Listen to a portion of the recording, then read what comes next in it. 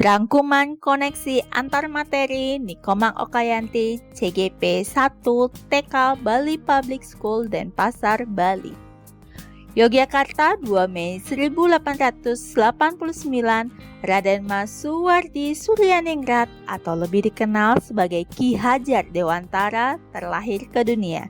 Sebagai seorang aktivis pendidikan pada masa penjajahan Belanda, beliau sangat memahami apa saja yang dibutuhkan bagi pengembangan sumber daya manusia di bumi Nusantara tercinta ini.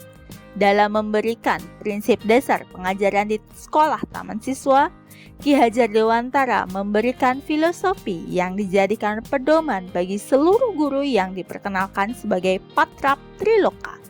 Konsep ini dikembangkan oleh beliau setelah mempelajari sistem pendidikan progresif yang diperkenalkan oleh tokoh pendidikan dari Italia yaitu Maria Montessori dan Rabindranath Tagore dari India.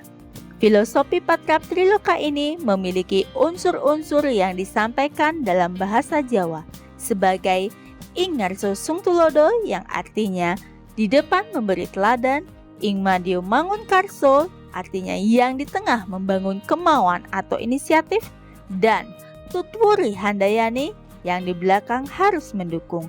Yang akhirnya filosofi Patrap Triloka ini digunakan sebagai pedoman dalam mengembangkan dunia pendidikan di Indonesia.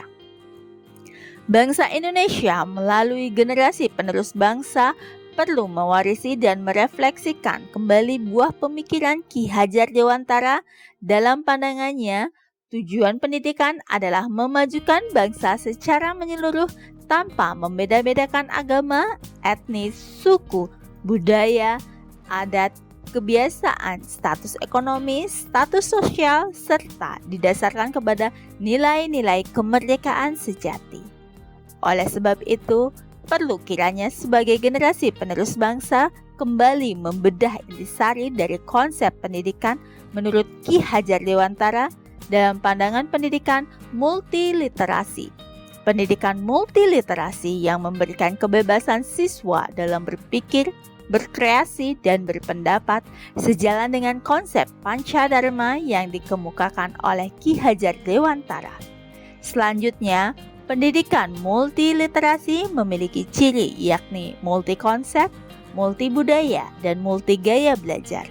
Memberikan sebuah konsep pendidikan yang memberikan kesan dan mengarahkan kepada nilai-nilai Pancasila abad ke-21, memberikan sebuah gambaran bahwa pendidikan menjadi semakin penting untuk menjamin peserta didik memiliki keterampilan belajar, berinovasi, keterampilan menggunakan teknologi dan media informasi, serta dapat bekerja, bertahan dengan menggunakan keterampilan untuk hidup life skill.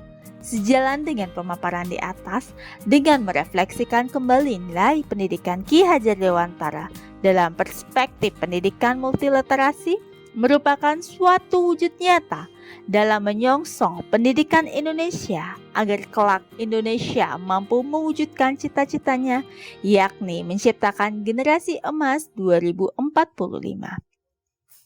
Stone 2002 mendefinisikan mentoring sebagai salah suatu proses di mana seorang teman, guru, pelindung, atau pembimbing yang bijak dan penolong menggunakan pengalamannya untuk membantu seorang dalam mengatasi kesulitan dan mencegah bahaya. Sementara itu, konseling diartikan sebagai hubungan bantuan antara konselor dan klien yang difokuskan pada pertumbuhan pribadi dan penyesuaian diri serta pemecahan masalah dan pengambilan keputusan. Gibson dan Michelle 2003. Sedangkan menurut Grant 1999, coaching adalah sebuah proses kolaborasi yang berfokus pada solusi, berorientasi pada hasil dan sistematis, di mana coach memfasilitasi peningkatan atas performa kerja, pengalaman hidup, pembelajaran diri, dan pertumbuhan pribadi dari coaching. Dari ketiga teknik itu, coaching dianggap sebagai teknik yang paling strategis yang harus dikuasai guru. Guru harus mampu melaksanakan praktik coaching agar mampu bermitra dengan baik dan mampu memberdayakan potensi murid atau rekan sejawat. Proses inilah yang membedakan coaching dengan proses lainnya. Coaching lebih menekankan kepada pertanyaan reflektif yang mendalam. Seorang coach akan menginspirasi coachee untuk menemukan jawaban-jawaban sendiri atas permasalahan. Coaching merupakan proses untuk mengaktifasi kerja otak murid. Pertanyaan-pertanyaan reflektif dapat membuat murid melakukan metakognisi. Selain itu, pertanyaan-pertanyaan dalam proses coaching juga membuat murid lebih berpikir secara kritis dan mendalam, yang akhirnya murid dapat menemukan potensi dan mengembangkannya. Keterampilan coaching ini sangat erat kaitannya dengan keterampilan berkomunikasi. Selain keterampilan berkomunikasi, beberapa keterampilan dasar perlu dimiliki oleh seorang coach. International Coach Federation (ICF) memberikan acuan mengenai 4 kelompok kompetensi dasar sebagai seorang coach, yaitu keterampilan membangun dasar proses coaching, keterampilan membangun hubungan baik, keterampilan berkomunikasi, dan keterampilan memfasilitasi pembelajaran. Praktik coaching mengacu pada langkah-langkah yang sering disebut sebagai TIRTA. TIRTA merupakan kepanjangan dari tujuan, identifikasi, rencana aksi, dan tanggung jawab. Dari segi bahasa, TIRTA berarti air. Air mengalir dari hulu ke hilir. Jika kita ibaratkan murid kita adalah air, maka biarlah ia merdeka, mengalir lepas hingga ke hilir potensinya. Diharapkan guru mampu menjaga air itu tetap mengalir tanpa sumbatan. Menurut Ki Hajar Dewantara, hakikat pendidikan adalah sebagai usaha untuk menginternalisasikan nilai-nilai budaya ke dalam diri anak, sehingga anak menjadi manusia yang utuh baik jiwa dan rohaninya. Pendidikan adalah suatu proses pertumbuhan individu yang dibantu untuk mengembangkan daya-daya kemampuannya, bakatnya, kecakapannya, dan minatnya. Ali Saifullah Antara, Filsafat dan Pendidikan, Pengantar Filsafat Pendidikan, Surabaya, Usaha Nasional 1982, halaman 132 sampai 135. Etika terkait dengan karsa karena manusia memiliki kesadaran moral. Akal dan moral, dua dimensi manusia yang saling berkaitan. Rukianti Al Andriani Harriet Moko, Etika Pendidikan, halaman 43. Etika tentunya bersifat relatif dan bergantung pada kondisi dan situasi, dan tidak ada aturan baku yang berlaku. Dengan adanya dukungan serta kolaborasi akan membuat segala rintangan menjadi mudah untuk mencerdaskan seluruh putra-putri Indonesia dalam merdeka belajar. Capaian yang diharapkan pada calon guru penggerak. Capaian umum modul 3.1 secara umum.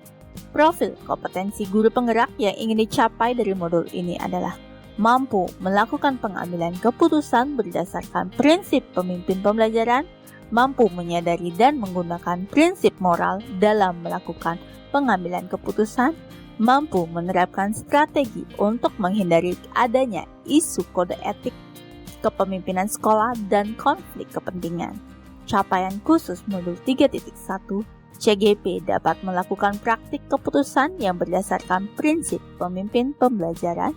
CGP dapat mengidentifikasi jenis-jenis paradigma dilema etika yang dihadapi oleh dirinya sendiri maupun orang lain. CGP mampu bersikap reflektif, kritis, kreatif, dan terbuka dalam menganalisis dilema tersebut. CGP dapat memilih dan memahami 3 prinsip yang dapat dilakukan untuk membuat keputusan dalam dilema pengambilan keputusan. CGP dapat menerapkan 9 langkah pengambilan dan pengujian keputusan yang diambil dalam dilema pengambilan keputusan.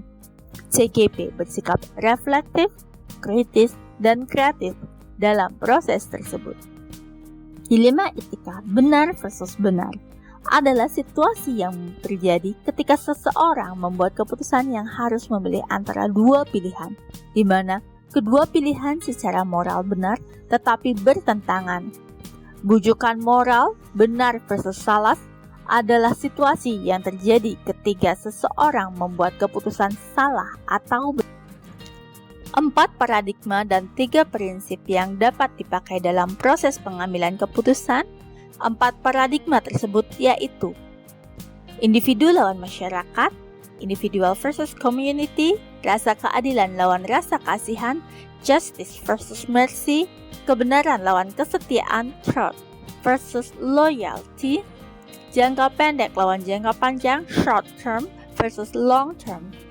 Kidner 2009 halaman 144, 3 prinsip tersebut yaitu berpikir berbasis hasil akhir, and based thinking, berpikir berbasis peraturan, rule-based thinking, berpikir berbasis rasa peduli, care-based thinking.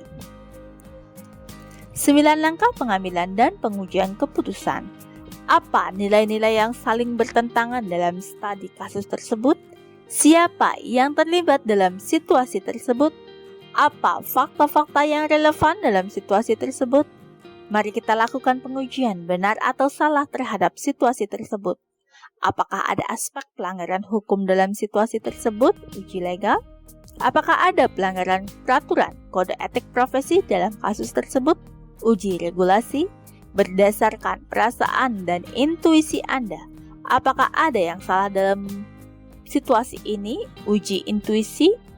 Apa yang Anda rasakan bila keputusan Anda dipublikasikan di halaman depan koran? Apakah Anda merasa nyaman? Kira-kira apa keputusan yang akan diambil oleh panutan atau idola Anda dalam situasi ini?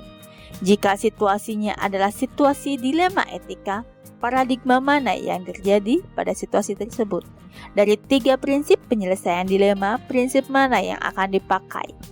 Apakah ada sebuah penyelesaian yang kreatif dan tidak terpikirkan sebelumnya untuk menyelesaikan masalah ini?